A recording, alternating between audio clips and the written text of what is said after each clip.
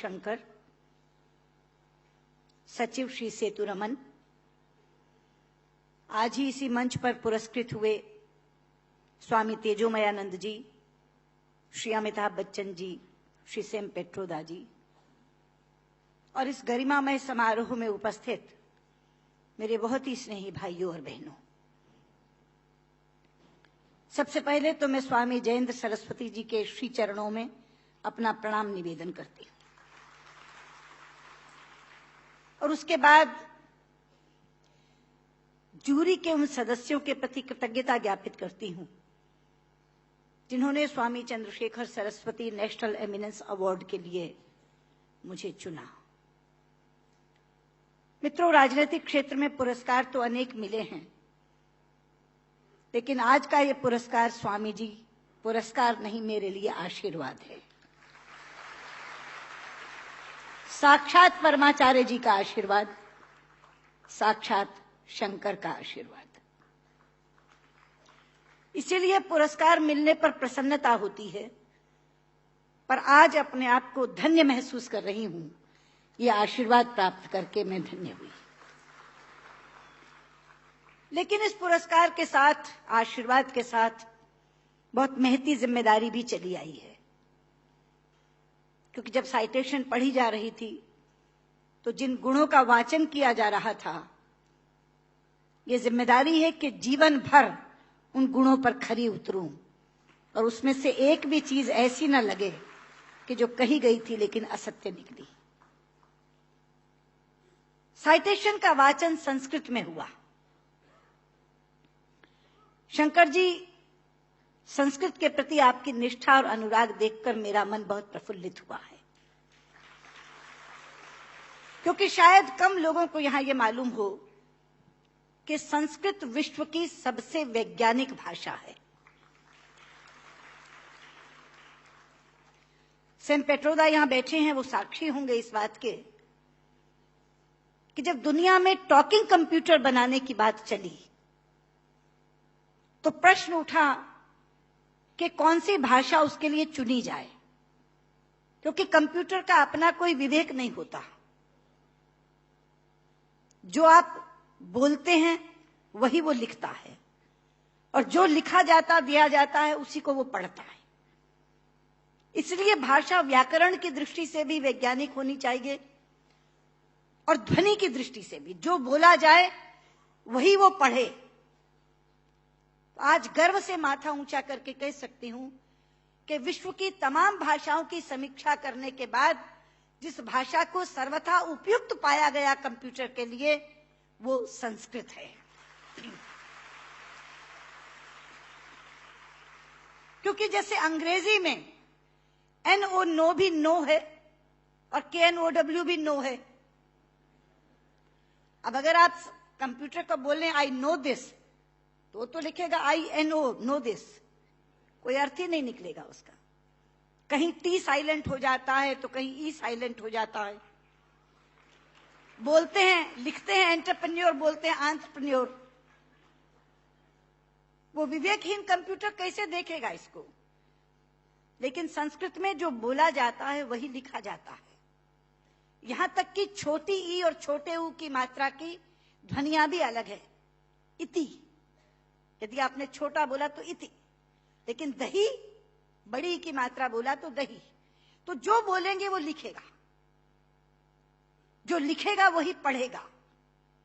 लेकिन केवल ध्वनि की बात नहीं, मैं संस्कृत की वैज्ञानिकता के 2 उदाहरण आपको देना चाहूंगी। संस्कृत में शब्दों का इतना अपार भंडार है मित्रों कि रचनाकार अपने व्यक्तित्व के अनुसार उसको चुन सकता है। एक प्रसंग है रामायण का कि जिस समय भगवान श्री राम लंकेश पर विजय प्राप्त करने के लिए लंका जाते हैं तो भगवान शंकर की आराधना करते हैं।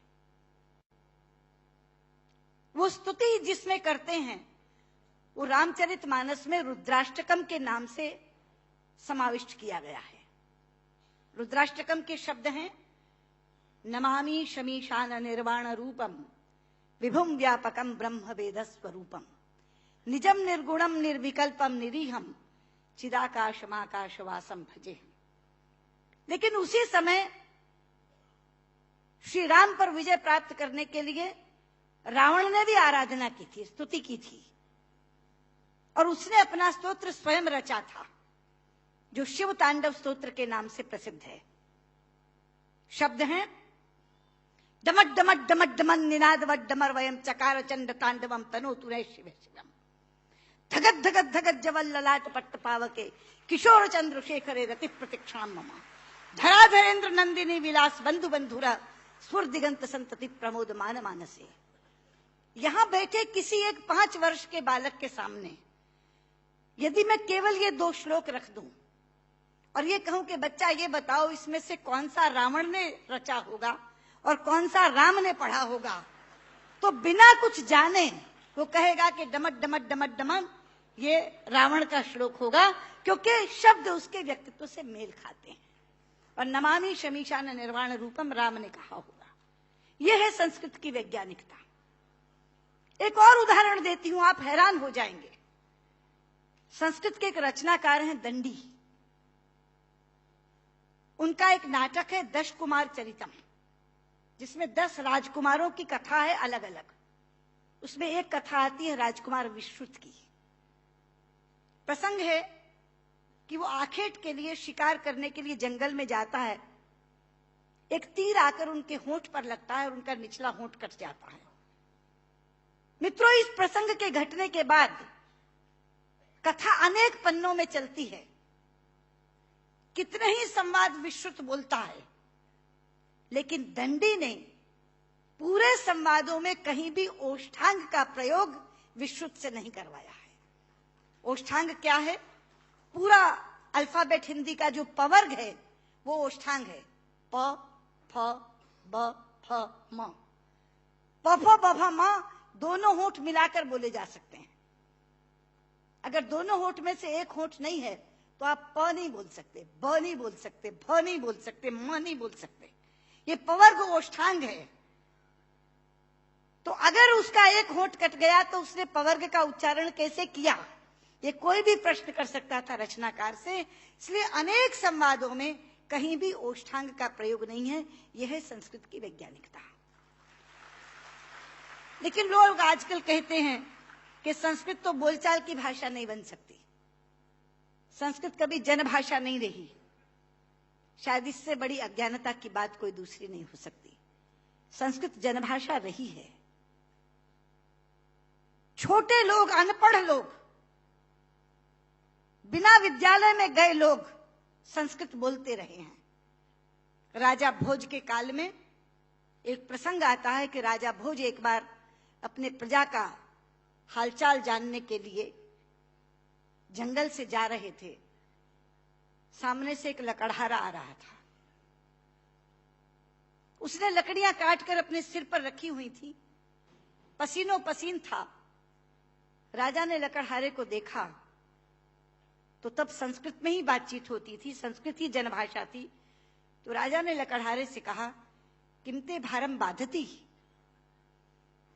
क्या ये भार तुम्हें कष्ट पहुंचा रहा है? लेकिन बाध शब्द जो है मित्रों, वो धातु है जो परस्मैपदी नहीं चलती, आत्मनेपदी चलती है। संस्कृत में 2 तरह की धातुएं हैं। परस्मैपदी चलती है बाधती, बाधता, बाधंती, और आत्मनेपदी चलती है बाधते, बाधेते, बाधनते।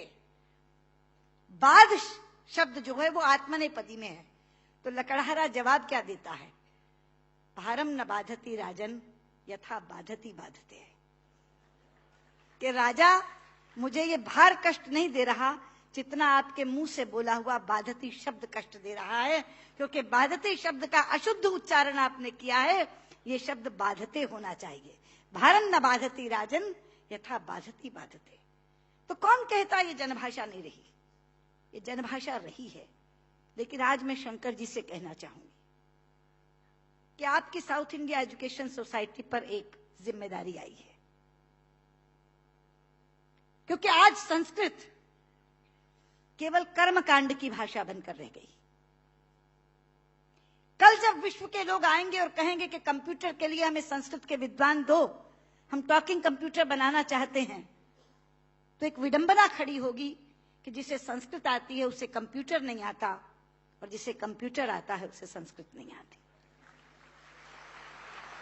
इसलिए केवल साइटेशन संस्कृत में पढ़कर अपने कर्तव्य की तीसरी मत कर लीजिए। साउथ इंडिया एजुकेशन सोसाइटी का ये फर्ज बनता है, ये कर्तव्य बनता है कि वो ऐसे लोग पैदा करे जो संस्कृत और कंप्यूटर दोनों के परम विद्वान बने। और उस समय जब हमारे सामने ये बोध आकर के खड़ा हो, ये विषय आकर के खड़ा हो कि टॉकिंग कंप्यूटर के लिए संस्कृत के विद्वान चाहिए, तो साउथ इंडिया एजुकेशन सोसाइटी कहे ये लीजिए, हम देते हैं जो संस्कृत के भी ज्ञाता हैं और कंप्यूटर के भी ज्ञाता हैं। क्योंकि अथाह भंडार भरा पड़ा है हमारे ज्ञान का, हमारे शास्त्र, हमारे उपनिषद, हमारे ग्रंथ, और उन ग्रंथों की सोच लोगों तक पहुंची नहीं। आज अभी शंकर जी अपने प्रारंभिक वक्तव्य में कह रहे थे, उदार चरिता नाम वसुधैव कुटुंबकम। ये संस्कृत जानने वाले की सोच है। संस्कृत बोलने वाला पूरी पृथ्वी को परिवार मानता है, वसुधैव कुटुंबकम। संस्कृत बोलने वाला पृथ्वी को परिवार मानता है, और अंग्रेजी बोलने वाला विश्व को बाजार मानता है। और ये सोच का अंतर है, क्योंकि परिवार में प्यार होता है मित्रों, बाजार में व्यापार होता है। केवल व्यापार, शुद्ध व्यापार। लेकिन ये कौन बताएगा लोगों को कि भारतीय संस्कृति में पूरी पृथ्वी को, पूरी वसुधा को कुटुंब मानने की भावना है। सर्वे भवन्तु सुखिनः, हम तो सर्व की बात करते हैं। सर्वे सन्तु निरामया, सर्वे भद्राणि पश्यन्तु मा कश्चित् दुर्भाग् भवेत्। सर्व के कल्याण की कामना किसने की है? लोग अपनी अपनी बात करते हैं, लेकिन ये है वो भारतीय संस्कृति जो सर्व के कल्याण की कामना करती है।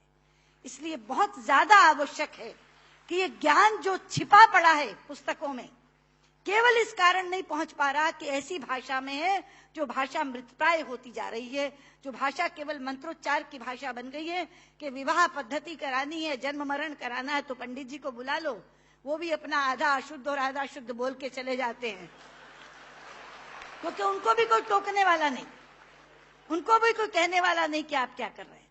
इसलिए साउथ इंडिया एजुकेशन सोसाइटी पर यह जिम्मेदारी आई है, आप इस काम को करें। और मैंने अभी जब आप बैठे थे तो मैंने आपसे कहा था कि जो 2.5 लाख का पुरस्कार आपने मुझे दिया है, मैं आपको वापस करती हूं। आप इसी पुण्य कार्य में आप उसका इस्तेमाल करें, और ये काम आप जरूर करेंगे। मुझे लगता है तभी मेरा यहाँ आना सार्थक होगा। बहुत बहुत धन्यवाद।